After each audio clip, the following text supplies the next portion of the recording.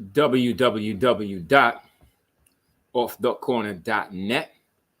I'm Rollo. You are watching the F.A.C.T Project. And F.A.C.T is an acronym that stands for Fundamental African-Centered Thought. The goal here on the F.A.C.T Project is to convey some thoughts and some ideas to members of our community. We have slated to join us today our very special guest on the first Monday of every month, Brother Agyei Tyehima. I see him backstage making arrangements to get on. But before we bring Brother Agyei on, I do want to mention a few campaigns that we have been talking about. If you've watched this for any number of weeks, you will see that we not only talk and give a lot of good information, but we also encourage activism as well. And so as it relates to the activism, if we don't get involved in activism and if we don't fight back, then nothing will change. And so if we don't fight back, we're doomed. And our children are doomed. Our grandchildren will be doomed. So if you've watched this for any number of weeks, you will know that we have launched a campaign against Netflix. CMOTAP, which is the Committee to Eliminate Media Offensive to African People, the Clear the Airways Project, and any number of other organizations have come out and launched a campaign against Netflix for their animated reboot of the classic television series Good Times. It's a very deplorable, stereotypical depiction of Black people. Many of us find it to be very reprehensible. And so the call originally was to cancel your Netflix. Now, the call is still to cancel your Netflix. So I'm curious to know if anyone watching this has canceled their Netflix. So if you're watching this and you've seen this for any number of weeks and you've already canceled your Netflix because of the animated reboot of Good Times, put a 1 in the chat if you have already canceled your Netflix. If canceling your Netflix is something you would consider doing to be a part of this campaign, put a 2 in the chat if you would consider canceling your Netflix. So put 1 in the chat if you've already canceled your Netflix. Put a 2 in the chat if you would consider canceling your Netflix. Not only that, we talked about not only that, before I get off of Netflix, there is an open letter that we're being encouraged to send to Netflix. The open letter is on offthecorner.net. The open letter expresses our discontent with this animated reboot of Good Times. And so anyone wanting to send Netflix that open letter, you can do so by visiting offthecorner.net. You can copy paste the letter from offthecorner.net. You could put that in an email, or you could put that and print it on paper, put it in snail mail, and mail it to Netflix. So we got Brother C. Archer in the chat. He put a 2. He said he'd be willing to cancel his Netflix. We would encourage you to cancel your Netflix. And also on GoFundMe, there's a GoFundMe petition to sign to express your discontent to Netflix about the animated reboot of Good Times. So not only that, the campaign to help State's Prosecutor Marilyn Mosby is still ongoing. Marilyn Mosby was found guilty of using her own retirement funds to support herself and her family. And the system is going after Sister Marilyn Mosby because she prosecuted killer cops in the state of Maryland. And she exonerated 13 wrongfully convicted Black men. So Marilyn Mosby is being considered by many to be the Harriet Tubman of our day and time. So if anyone wishes to go and support Sister Marilyn Mosby, you can do so by going to GoFundMe.com. And if you put if you put the name Marilyn Mosby, you'll find that campaign. Not only that, the campaign to support Brother Dhoruba bin Wahad, who is a New York Panther, a political prisoner, and a longtime revolutionary, was started by Brother Agyei Tyehima of Harlem Liberation School. That campaign is also still ongoing. So if anyone wants to donate to Brother Dhoruba bin Wahad, you can do so by going to the link. I posted the GoFundMe link in the chat. It's already there to support Brother Dhoruba bin Wahad. And speaking of Brother Agyei Tyehima, we have him on live. Peace, Brother Agyei. Thank you for joining us on the F.A.C.T Project today, brother. Peace and Black Power, my brother. Glad to be here, man. Yes, sir. We're glad to see you. How are you doing? Doing pretty well. No complaints. Okay. Now, Brother Agyei, what's interesting after the COVID-19 colonial virus and all the other madness going on in society, when we say, how are you doing? That's not a throwaway question like it used to be, is it? No. And in fact, in the book I'm working on, I actually say one of the things we should always do is when we're talking to people in our building or in the block, we should say, hey, man, how are you doing? Because some people, we see them, they're smiling, whatever, but they may not have eaten in 2 or 3 days. They may be getting evicted and there's something happened to their child. And so it's a way of saying that we care about people. And that's important. Absolutely. And I think it's in the Zulu culture. They say, I see you, which means I'm recognizing your humanity, Mm-hmm. So I think that's interesting that you say that now. The great Neely Fuller Jr. always said, as Black people, we should always try to out courteous each other. This should be our code of behavior, our anti-racist behavior. We should always try to out courteous each other. Do you agree with that? Well, certainly that we definitely shouldn't try to out hurt each other and insult each other. Definitely to the degree that we can say something nice. I don't believe in flattery and I don't believe in coddling. I believe, but a true compliment, something you really believe, not something you're saying to make a person think something of you, but a true, hey man, I like that shirt. A compliment that's genuine and authentic goes a long way. Complimenting somebody on something they did or said or how they helped somebody, those things are important because white supremacy doesn't just deprive us of food, clothing, and shelter, those material things. It kind of robs us of spiritual things. It crushes our spirit. So people walk around here shells of who they could be because they believe they are nothing, have nothing, and can do nothing. So when you come and say, hey man, I saw you give that sermon, or I read the book you wrote, or what I saw you speaking at the rally, or I see how you with your kids. There's been times I seen a brother on the block. I just say, hey brother, I notice when I see you with your kids and they seem to have a strong relationship. That's a beautiful thing, bro. And man, they light up. Partially because it's warm and sincere, and partially because they may not be used to getting a compliment. Exactly. Right? Exactly. So yeah. Yeah. So now, Baba Lumumba, who's out of Umoja House in Washington, D.C., not sure if you're familiar with him, he said, and I'm just spinning off of what you just mentioned, he said the greatest thing that systemic white supremacy took from us as Black people is our ability to love ourselves and each other. What are your thoughts? Certainly, I'm not the best at ranking stuff, but certainly that's right up there. That's very important. If you don't love yourself, that's the whole foundation of you. As it relates to me or you, our whole existence is based on how we see ourselves. So if we have a very skewed and crippled and deformed view of ourselves, that's going to come out in our thinking and our behavior.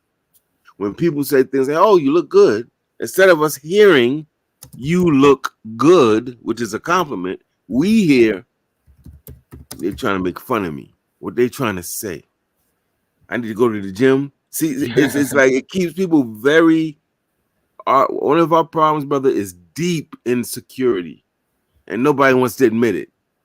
But if you got to always do things to get attention, be over dramatic, be pretentious, try to be things you're not, and say that you have skills or intelligence or whatever that you don't, that indicates that overcompensation tells on you every time, no matter what you say. Insecure. And if any people on the planet would be insecure deeply, it would be us, because of the 4 centuries, depending on when you dated, some would say over millennia, attempt to rob us of humanity and certainly of our land, our labor, and our language. Right? So it kind of makes sense that we would be deeply insecure. So yeah, the ability to love ourselves, even just to see ourselves accurately. It's like we have kind of a political and cultural anorexia. We're in fine shape. We are right. We're not perfect, but we're not, but when we look in the mirror, we see something different that doesn't reflect who we really are. So we have that kind of, people could compliment us and tell us this, but if you're deeply insecure, man, it's always going to be like, oh, they like, they can't see beauty in me or value in me. Or we flip on the other side of arrogance, where we think we the most beautiful thing ever, on the earth. So Right. it seems to be one or the other that messes us up. Now, what are some of the things in our society that facilitate this insecurity that you talk about? Well, definitely the media. There's a brother named Marlon Riggs, documentary filmmaker, did a documentary called Ethnic Notions, which everybody should see. It's dated now because it was done in the 80s, but it's a remarkable film tracing the chronology of movies like Birth of a Nation that portrayed the Ku Klux Klan as saving the country, saviors of the country and white supremacy, and showed newly freed black people after the Reconstruction that were the cause of the downfall of America, showed us as being over sexualized and that type of thing. So these kind of tropes, like even in cartoons, it shows Bugs Bunny in blackface singing "I'm Coming Back to Dixie, hooray, hooray." Mm. Even common language we use. I put up a clip on TikTok of me breaking down cotton picking mine.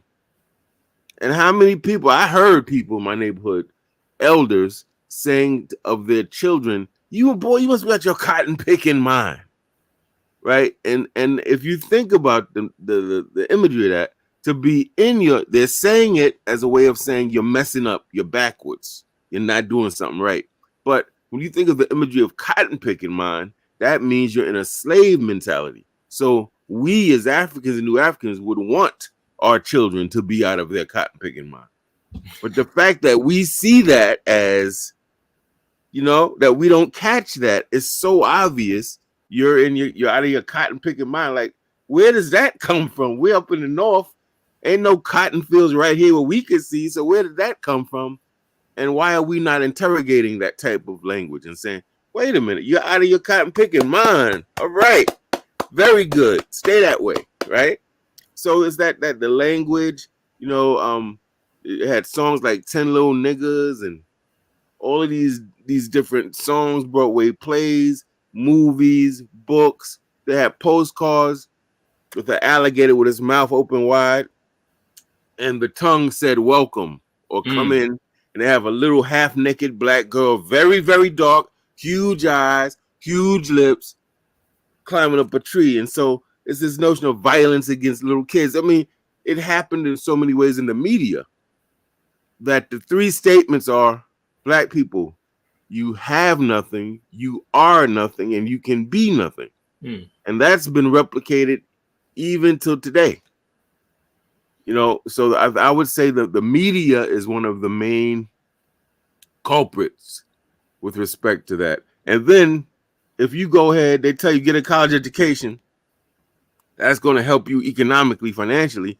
And you go ahead and get your college education, and you realize that the average white boy with a high school diploma makes more than the average black person with a college degree. You say, whoa, that demoralizes you too.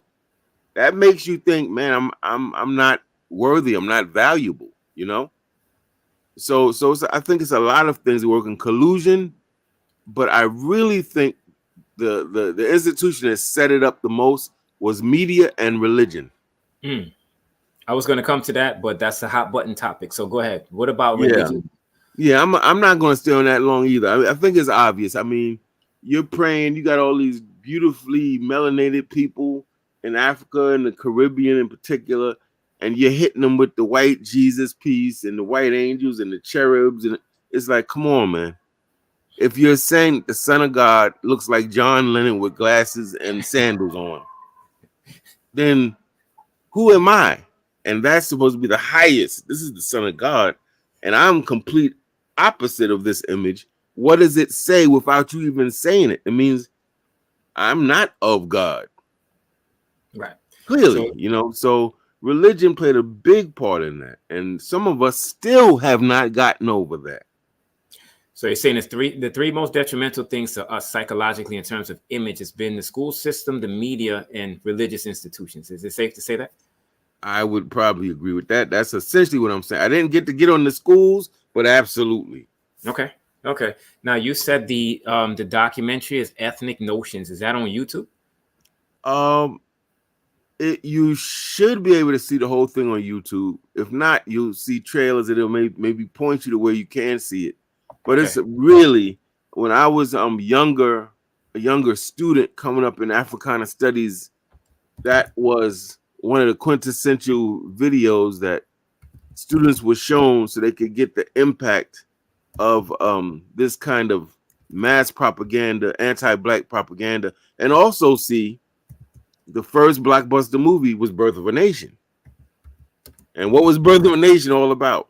We messed up letting these Negroes get in power after the Reconstruction. They messing up the country. They had black people in Congress with bare feet, their feet up on the desk, eating big chicken leg. I mean, it was ridiculous, right? So, and that was the blockbuster movie. And that movie, the president at the time, I believe Woodrow Wilson. No, not Woodrow Wilson. I can't remember. No, you said it right. Woodrow Wilson. Woodrow Wilson was bigging up this movie. Oh, this is the best thing. It's like history written in lightning. He was so fascinated. The whole country loved it, particularly whites, because it spoke to this primitive feeling of the Negroes have taken our civilization away. They're going to rape our women. They're going to have their way. They're going to bring this country down. And if you listen closely to Donald Trump, he's actually mimicking and reinvigorating some of those same tropes. He's appealing to the low-hanging fruit, the low desires, the animal nature of his white brethren and sisters. But now, isn't that what all politicians do? They use the dog whistle. So, for example, even on the side with the Democrats, we've heard black people referred to as super predators. Isn't this playing to that same emotional, racist, emotional kind of appeal? Absolutely. And the history of it for those watching is that what you just said is harkening back to the 90s. The super predator coming out the mouth of Bill Clinton has signed this omnibus crime bill. Omnibus, family, just means that it's a bunch of different pieces to it, right? And this crime bill locked people up. If they caught you with drugs, they kicked your entire family out the project home. Your entire family got nothing to do with what you're doing. They would kick them out of public housing. They putting you to 3 strikes out. All this is coming from this 1994 omnibus crime bill. And Hillary Clinton, and going around the country getting support for the bill that her husband signed, said we need this bill because these black teens are super predators. So she really pushed that very heavily. And it goes back to an old trope. And that was the trope that comes out of Reconstruction. Remember, white people or just people in power, period, use imagery and text and music to suit their need at the time. So when we were enslaved, how were black men depicted? Very nice, very jovial, happy-go-lucky. Why? Because they had to show that we were happy being enslaved, that slavery was a good thing. So the common trope back then was the black men with sambos and cooning and smiling and dancing. After the Civil War and Reconstruction, where we're now empowered, starting businesses and newspapers and running for office and all these type of things, now it became they're dangerous. They're going to watch your sister and mother. They're going to rape her. You lock it down. We better lock these people up. They're dangerous. So they'll change the trope to fit their need in a historical era, you know? So that super predator goes way back, as you know. Yeah, absolutely. So I'm saying whether it's Democrat or Republican, neither one is no less racist than the other one. And you mentioned the crime bill. That in part was written by Joe Biden, who is president now, and he can't even say the word reparation. But go ahead. And black people, the thing with us, man, is we don't let me frame this in a way that's positive. sometimes we don't study and do research enough. So we love Joe Biden. Okay, why? I would challenge anybody. Next time you hear a black person say that they like Joe Biden, ask them why. And when you ask them, say, what specifically has he done legislatively? Because he was a legislator for me. He was in Congress. What has he done through legislation, or what legislation has he supported or written or co-authored that suggests to you that he's a friend of black people? And I can guarantee you, most people won't be able to tell you. Because So you say, okay, so if you don't have that type of evidence, then what leads you to believe? Then they'll go to he's the lesser of two evils theory. Well, how do you know? See, how do you know he's the lesser of two evils if you don't know his track record? Maybe he's worse than Trump. But if you can't talk about what he wrote and what bills he supported, you can't even intelligently make that statement.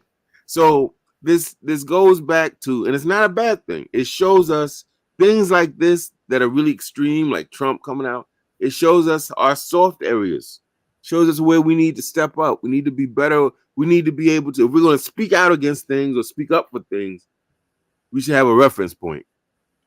Yeah, now I was going to come to Juneteenth a little bit later, first day of July. So we're coming out of June. And last time we spoke, we didn't get a chance to talk about Juneteenth. I know you posted some videos. You had some thoughts on Juneteenth. What are your thoughts about the whole Juneteenth holiday? Yeah, well, it's a complicated one, because on one hand, it's celebrating, quote unquote, our emancipation from enslavement. That's a good thing, certainly. I don't think too many black people say, "Oh, boo." We get that. The flip side that makes it a little touchy and controversial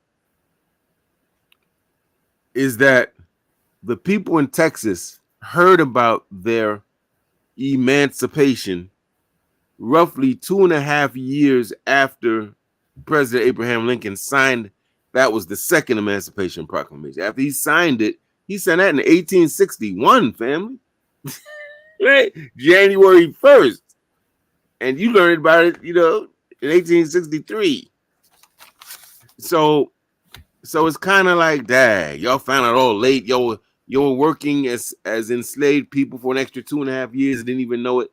Yeah, well, that wasn't their fault, right? As an enslaved people, they had no social media. They had no post offices the way we understand it, and they had no television or television networks or radio. So there was no or telegram, any reliable type. So there was no instantaneous way to disseminate information the way we know it is today. So of course, the people, if he's signing something in Washington, D.C. in the Northeast, yeah, the people in the deep South and the West are going to hear about it later. But I don't think that's the fault of our people. That's the fault of the white man. So if we're mad and we got concerns, it's for him. And even him, you got to say, well, what's he going to do? He can't get it there too much quicker either. But not to get caught, not to get stuck in the minor issue. The major issue is it is seen as their jubilee.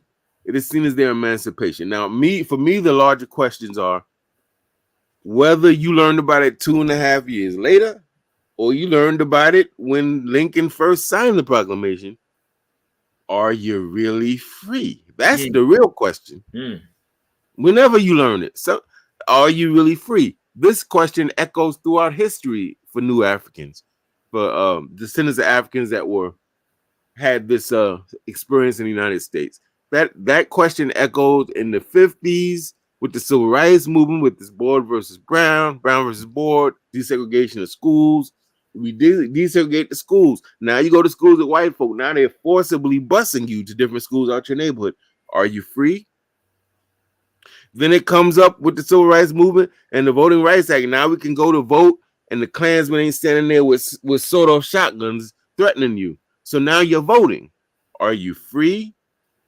Now they get rid of the restrictive covenants, and now white people got to they put a house up for sale. You have the right to buy it. You buy a house. Are you free? That question keeps haunting us.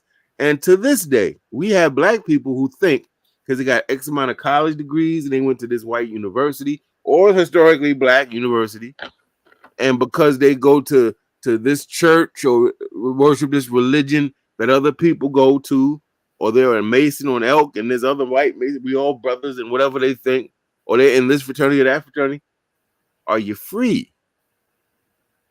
So that question is the question we have to consistently keep in the forefront of our brains and our consciousness, consistently raise with everything, and even the decisions we make. So I'm thinking, I got little kids, right? They're elementary school age.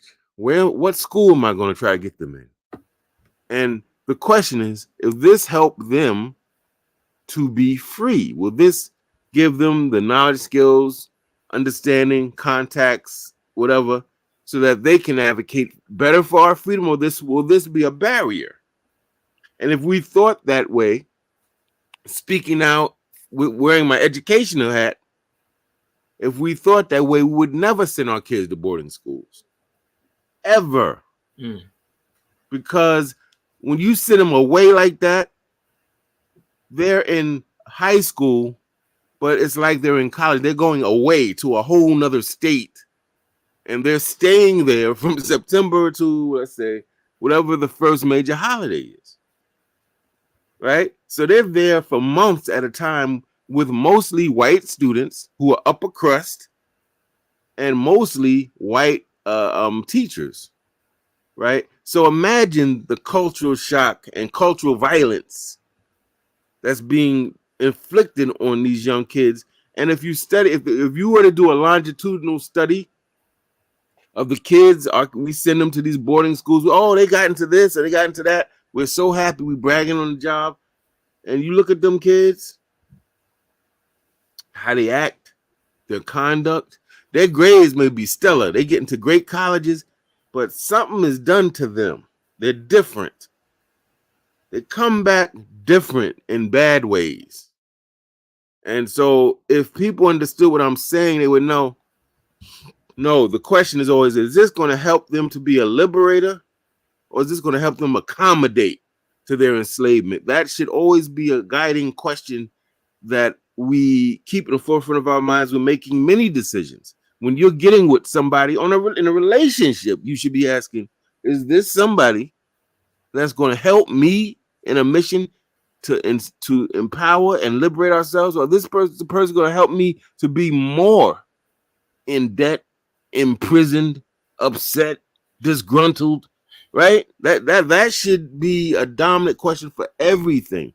I'm pregnant. Should I have the child or not? I'm going in very controversial terrain here. Should I have this child or not? One of your questions should be, are you in a position, or are you prepared to work to get yourself in a position to make sure this little human being will be empowered, will be a liberator, will have a better world, or help to build one? And if you can't say, no, I'm not committed to doing that, no, I don't think so, then maybe this is not the time for you to have it. Are you willing to forego everything, your desires and your dreams, to make sure that this little one gets what they need? No? Okay, maybe it's not time for you.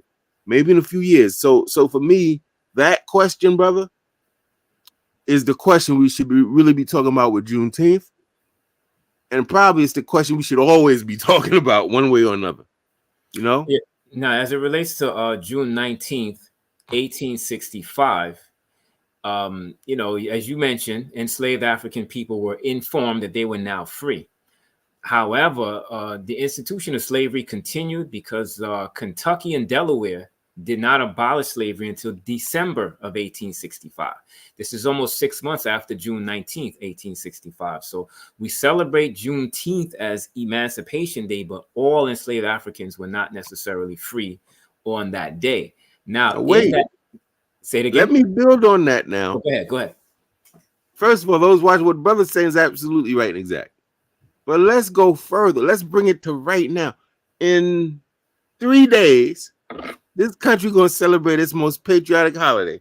and we're gonna be right there with them celebrating, most of us, either consciously or reluctantly, and that's called July 4th or Independence Day.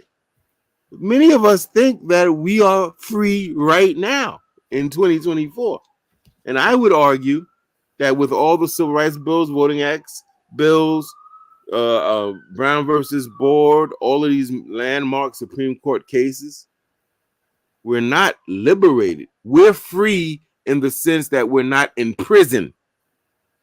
If you're not in prison and you say I'm free, in a relative sense means you're free. You have mobility. You can pretty much go where you want if you have the money or the physical ability, right? You're not restrained in cuffs and this and that.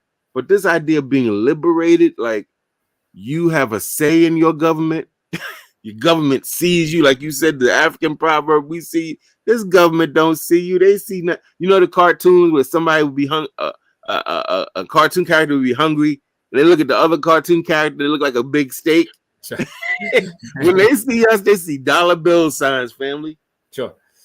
That they don't see us. So liberation is like, hey, I have agency. I can think something. I have a reason to believe that I can bring this invisible thought into physical existence. I exert power in my life. I don't have to worry about surviving. I have a livable wage. If I want to work and I have the skills work, I can work. I'm not being judged unfairly or these artificial barriers put in the way. I have land that I'm tied to. Maybe a language I'm tied to, customs, a set of customs and holidays. So for me, that question, even if that's what I'm saying, I don't quibble over some of that stuff with Juneteenth. Let's say that they were free immediately when he wrote it, and everybody was free, and slavery really ended. We know that didn't make them free. Most of them didn't have their own tools. They didn't own no land. They didn't have most white people that were willing to hire them. And so many of them became sharecroppers, and they got jerked. They didn't get wages, still didn't get wages, and they got jerked again. And they're in permanent sort of indenture or indebtedness to these white people who own the land, most of whom were their former slave masters. Or they wrote a 13th Amendment that got rid of so-called chattel slavery formally and created the prison system as a new form. So we know that, you know, when they make moves, man, it's always a public agenda and it's a private agenda. And often the twain don't meet, you know, what they say and what they do and the impact it has, you know? Yeah, we're not free. We still complaining about, look, it's 2024. I'm looking at a video of Malcolm talking about police brutality in 1962. I'm reading Frederick Douglass's narrative in the life of a former slave, talking about getting whipped and having to fist fight the slave breaker that was assigned to make him docile, and how he beat him up and eventually ran away, got his so-called freedom. And I'm like, wow, that's like 18th century.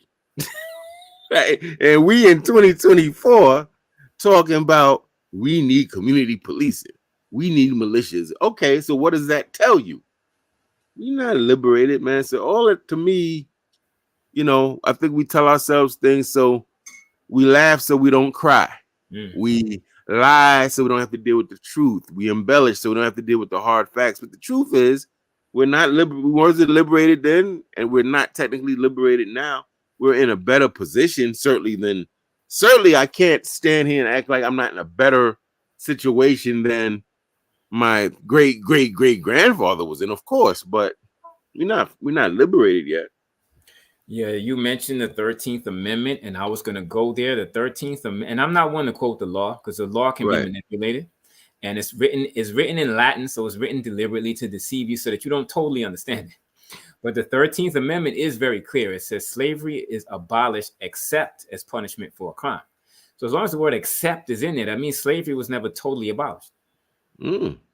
So, you know, that, and we had no saying that's the radical so-called Republicans. Right. We're at the whim of whoever's in an office. It's ridiculous. Now, Like, for instance, but how many people, I don't know the answer to this. This is all hypothetical. How many people are running independently for president or vice president? What parties are running candidates for president outside of Democrat and Republican?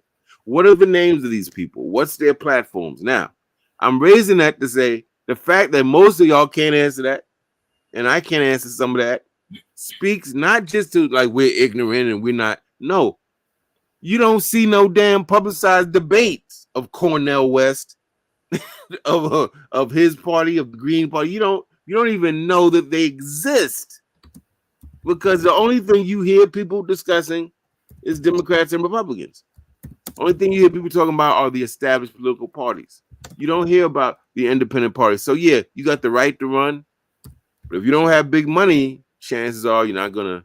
People won't know that you even exist. So they have debates. Family watching. They have the independent parties have debates, but you got to look them up. You got to find them and look at them on YouTube. They do not. The big broadcast networks do not support that. So again, you're not really liberal if you don't have real choice and real opportunity to say, oh, I don't agree with this one or that one. I'd like to try this.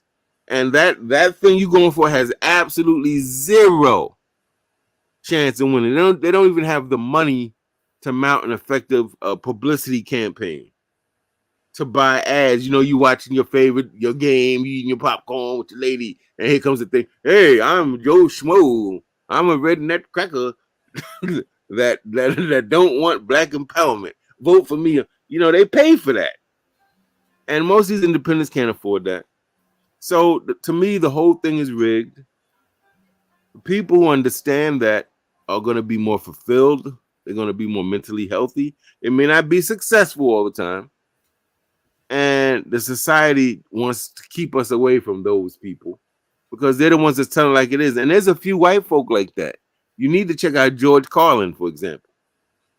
George Carlin's telling you, and he lived right here in Harlem, right on 120 something. They got a whole street named after him.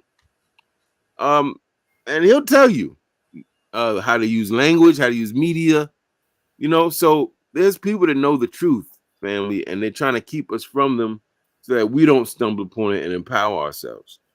Now, when Juneteenth comes around, Brother Agyei, I'm reminded of something that the great Omawali Malcolm X once said. He said the system of white supremacy will never give us, or he said the system of white supremacy will only give us symbolic victories. He said they will never give us real freedom or real economic equality. I feel like, and you mentioned Joe Biden a little earlier, I feel like Juneteenth is just a symbolic victory. Now, Brother Agyei, think about this. How many did you or anybody you know ask for Juneteenth to be a federal holiday? I didn't. Exactly. But they didn't, they signed anti-Asian hate legislation the day he put his butt in the seat, but you can't sign any legislation for us except to give us a holiday. So for me, it serves as more of a distraction than any real progress is going to, give us any real freedom. And the next thing is they make the freedom of enslaved African people something that was exemplified by Gordon Granger, who rode in town on a horse and read Field Order Number 15. That completely puts Nat Turner out of the equation. That puts Denmark Vesey out of the equation. That puts Gabriel Prosser out of the conversation. And then here you go. The white savior came in on the white horse and saved you. And so I feel like we have to jump ahead of this Juneteenth thing and take control of the narrative, because if not, then our heroes that stood up for us, they become a footnote in history. And the people that don't look like us become the hero. What are your thoughts? Well, I certainly agree with the sentiment. I look at it this way. I'm an avid chess player, and chess has a lot of implications for us in terms of military strategy, in terms of deep thinking and analysis, the ability to predict what's going to happen in the future based on what you see on the board.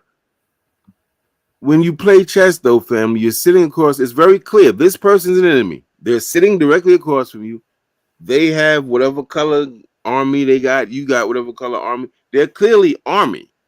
There's a castle, there's a king and queen, there's bishops, there's pawns, right? They all have different moves and different powers. But when somebody takes my queen, I don't cry. I don't march. I don't get upset. We're in a competition. The goal is to trap that king up. And so that means what? There's gonna be attrition. They're gonna be killing some of my army. That goes without saying. You're not gonna come out of chess unscathed. Even if you're the best players, the opponent's gonna get some of your pieces, right? What you do is you say, I was vulnerable there. You learn quickly. And now you say, now I'm gonna make sure every piece I have is protected. I'm gonna make sure when there's an exchange that it's an equal exchange or I get more out of the exchange. I'm not gonna get caught up in taking pieces. My goal is to what? Win the game, to trap the king. So for me, politics and all these things, I look at it, it's a game. This is gonna sound weird, but I look at these things as a game. Not in the sense that it's not serious, but in the sense that to win liberation is gonna take the same thinking that it takes for people that play a highly mental game like chess. It's going to take the same type of thinking. Why are the cops there? What do they threaten? How do I protect what they threaten? Same thinking. Why are the charter schools? Why is there whole networks of charter schools? Achievement First, for instance, that's all in Connecticut. And then there's certain ones, Ascend, that's all in Brooklyn. Why are they doing that? Oh, that's like colonization. Oh, so you mean that they have a new type of colonization now where they may use school systems. And those school systems occupy certain geographic areas and therefore what control physical territory and now the mental territory of our kids' minds. Why is it when I'm in a classroom in a school 5 through 8, not one kid could read an analog clock? I'm going to say it again. Not one of those kids knew how to tell the time from an analog clock. What does that mean? They had to, when they went to the bathroom, I had to tell them what time it was. They could, I said, you can't, no, I can't. I said, what? They don't know how to write their signature? That's crazy.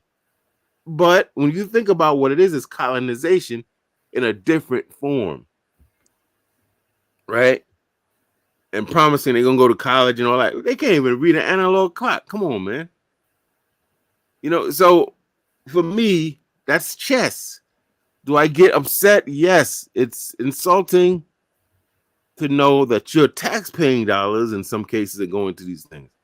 But as soon as I get over that, it's right back on, okay, why are they doing this? How are they doing this? How does this affect us? What do we do to stop it? What's our counter move? It has to always come back to, so I think like that. Because that's the thinking that's eventually going to put us in a situation where we have a fighting chance, a realistic chance to achieve liberation. As opposed to we just complaining and we're upset and we're making these different analogies and metaphors. Yeah, I get all that, but I really want to be free at some point. If I can't do it, realize that I'd like my progeny to realize it. And to do that, we have to look at it as, don't get too emotionally invested. Don't get stuck. I put up a post recently that said, good leadership, effective leadership makes decisions that are sometimes emotionally influenced, but never emotionally driven. Never. You never make a decision, I'm mad. No. You can use your anger to inform the decision, but it can't be driven by that. And when you look at it as a game, in a game context, it takes that away. So now we can think. This is how they're moving this way. This is why your churches and your different programs who you trust and love are working with police in your city in these gun buyback programs. You should be saying, don't get too upset. Logic, mind. Why is this happening all over America? No, it's happening in certain communities. What type of communities? Melanated communities, poor communities. What could be the possible agenda of the police wanting to buy back our guns? Then you think about it. Oh shit, they're disarming us. Boom. And the incentive, because they know we're not stupid, they're not gonna be like, "Yo, give us your guns," and we go give them. So the incentive is we're gonna give you a $250 Target card. What? We're gonna give you $50 cash, and you can bring up to 5 guns, and we won't examine it for DNA. You can now. I want y'all to think about this. You know this white man, and you know how he gets down. You think he's gonna have gun buyback programs, and there's no malicious agenda? One, he's disarming the communities all across America. Two, he probably is running checks in them guns to see if they got bodies, who turned it in, or whatever. Come on, family. So when you think like a chess player, you don't allow the emotional piece to convolute your ability to think and ask the critical questions. And look, come back. When I play chess, it ain't just I'm thinking about what he did. I respond. Boom. I respond with a move too to make him. You see? So I really think, brother, that's how we need to look at everything. Of course they're going to do these things. We should expect they do these things. When you get good at chess, you actually can start saying he's going to move that knight because you put him in a situation where that's his best move to make, right? And so that's how I tend to process everything from that. Why he did it? What's his objective? How does it threaten us? How do we respond? And how do we prevent it in the future? Because at the end, I'm trying to win. I'm not trying to keep fighting white folk my whole life. I'm trying. You understand? I'm trying to defeat them in what they're doing and create a better situation for us. That's how I see it. Now, I hope I answered your question. Now you got it. You on it. Now, you posted a video recently that said that people are abandoning the Black Liberation Movement. Are some people leaving the Black Liberation Movement? Yes. And I guess that's to be expected. It's just like you get a job, you leave it after a certain number of years. But what was startling about this, the reason I did the video is because I've been involved probably since I was 13. So we'll say I'm 56, 40-something years. And never in that time do I remember anybody coming to me being like, "Yo, I'm done with black people. They frustrating. They don't get it. They always fighting me and resisting. They don't do nothing. They always complain, don't do nothing. I'm out." Now, I've heard people say everything I said, minus I'm out. They complain. It's frustrating doing community organizing. This ain't no easy work. This ain't for the timid, the people that want to have the benefit without doing real work. This is real work. Changing people's minds, pooling monies together, working together, mediating conflicts with neighborhood people and trying to get them to drop all that so we can work together on something. That's hard work. But when people who've been doing that as long as me or longer come to me, one says it, and then 4 months later, another person says it, that causes me to go, whoa, that's crazy. And they basically said, "Man, I'm done." But they don't listen. I'm tired of spending all my time and energy, my money, my health, and I'm done. And just straight up like that. And I'm gonna go do this. I was like, wow, these are veterans. These are people that read Amos, know all the books, and read and know all that. Been there, done that. Led organizations, was fighting in different rallies, fist fighting with police, all of that. And they like, "Man, I'm done." So that made me say, hey, this is something we need to look at. Why is it happening? What we can do to stop that. What does it tell us about our prospects for liberation? And what I deduced is too few people are doing too much work or doing way more. Disproportionate amounts of work. A lot of people talk, they upset, and they ain't doing nothing. At the end of the day, they're not doing nothing. They're not raising no money. They're not advocating no policy, writing no legislation. They're not in an effective, consistent way challenging anything. So they're kind of just on the sideline complaining about what the players are doing, right? But they're powerless because they're not on the field.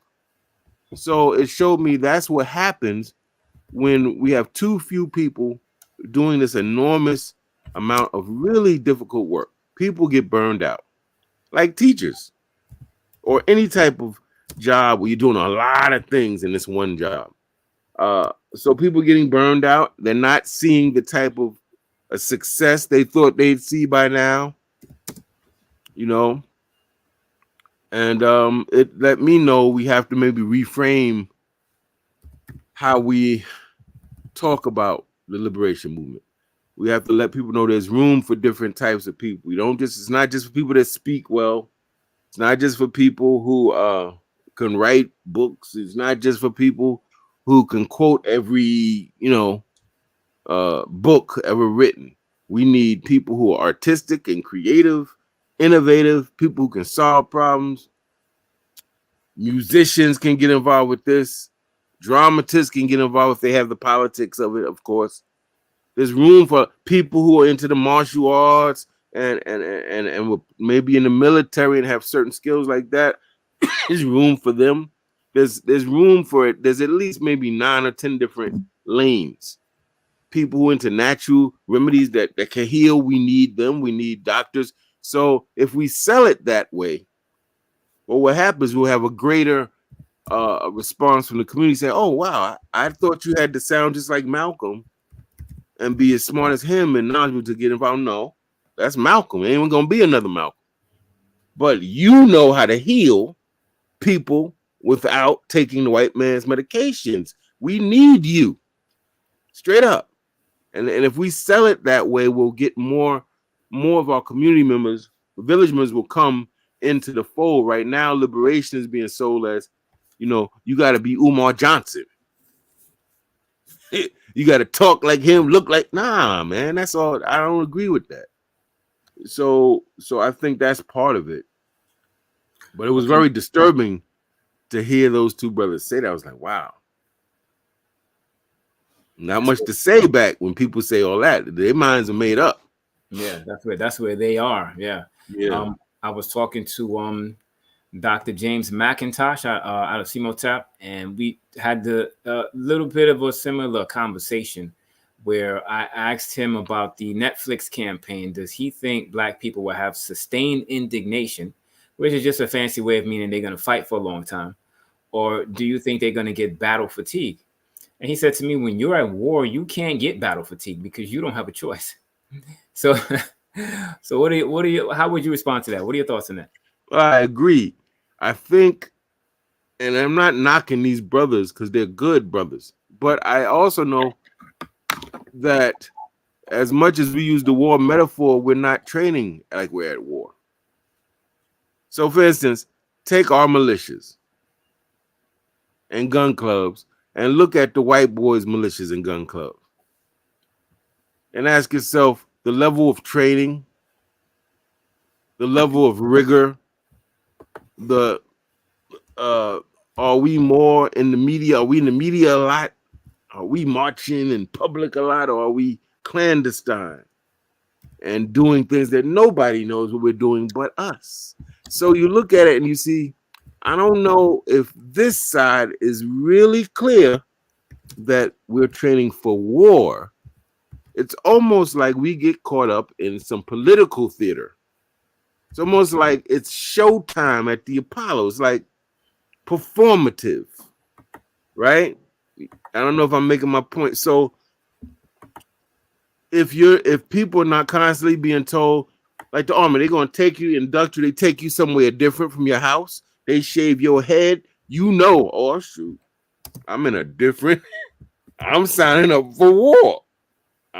They changing everything about me. I'm being yelled at and told to do A, B, and C. I got to do exercises. If I don't, I'm kicked out. So I don't know if we're approaching it that with that sense of rigor or urgency where people know, nah, we're not just doing this to be cute, bro. We are at war and we're preparing for war. I don't think that we're looking at it that way. So I think a lot of people who are well-meaning, good people, they're not approaching it in the way you have to approach it to reach what good brother said, because that's right and exact. I also don't think that we reached a term that I coined in one of my books, irreconcilable discontent. It's one thing to say, I don't like these schools, they teaching this. I don't like the schools that did this to my son. I don't like the teachers and the principal. They won't let her teach Black history and be upset. It's another thing to say 8,000 of us from the community are coming to that school demanding to meet with the principal. We're going to have an agenda, and we're coming to all those PTA meetings, and we're commandeering them. And the issue is, boom, boom, boom. The first group was discontent. The second group is irreconcilably discontent, meaning they're done with the just getting upset. They're going to take control. They're going to take power. They're going to force systems to respond. They're going to engage systems. And I don't know if Black people have reached a point of irreconcilable discontent. Because if we did, the cats would come out. And see, when the cats come out, the Black cats, there's bad luck for racists and white supremacists. The Black cat is bad luck for people who try to do Black people harm. When the cat's away, the racist mice come out and play. You're going to see all types of craziness going on because they feel like they can do what they want. But there's a solution to it, my brother. The solution is in our great new African philosopher, Biggie Smalls. Mm-hmm. He said, there's going to be a lot of slow singing and flower bringing if my burglar alarm starts ringing. He sets a policy and he's prepared to enforce it. Now, brother, at the end of the day, that's what it is. So all the things we complain about are going to continue unless those Black cats come back. They could be panthers, they could be jaguars, they could be leopards, but the Black cats got to come back. And that's how I started this. We got to be engaged in activism and fight back, because if we don't, nothing changes, and if we don't, we're doomed. That's right. And speaking of which, I don't just talk a good game; I actually show and prove. I dropped a donation in the GoFundMe for Brother Deruba to try to get those numbers up. I'm not just someone's going to get on here and just talk and give some information for free. Now, Brother Agyei, in the few minutes we have left, you mentioned that you have a new book coming.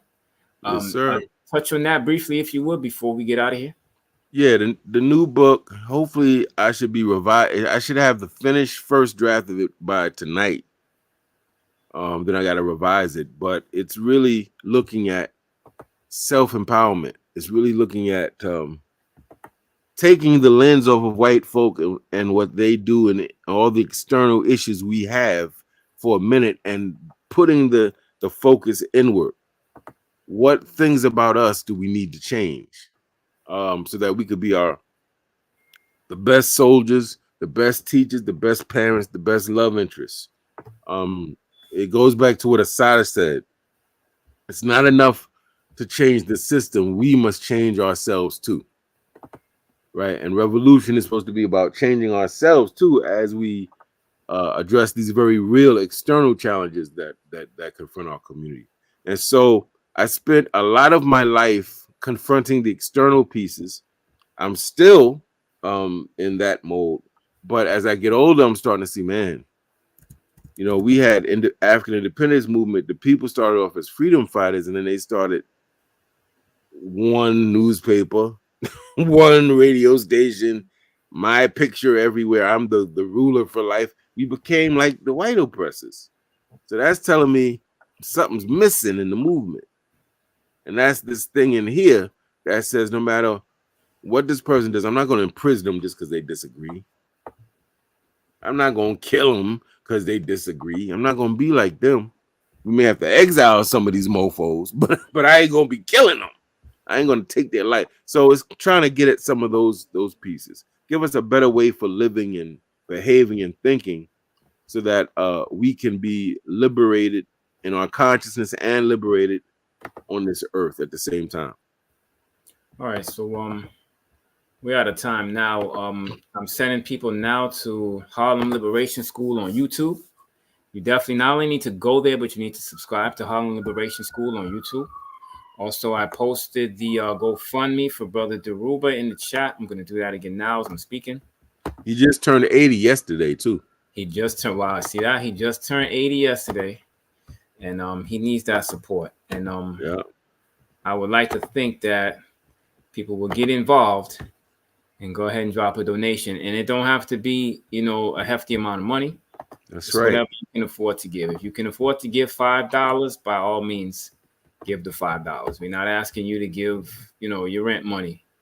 We're not That's right. asking you to give the money you need to pay your cell phone bill. We're not asking for that money. But we're asking for a little something to support the brother who just turned 80 years yesterday.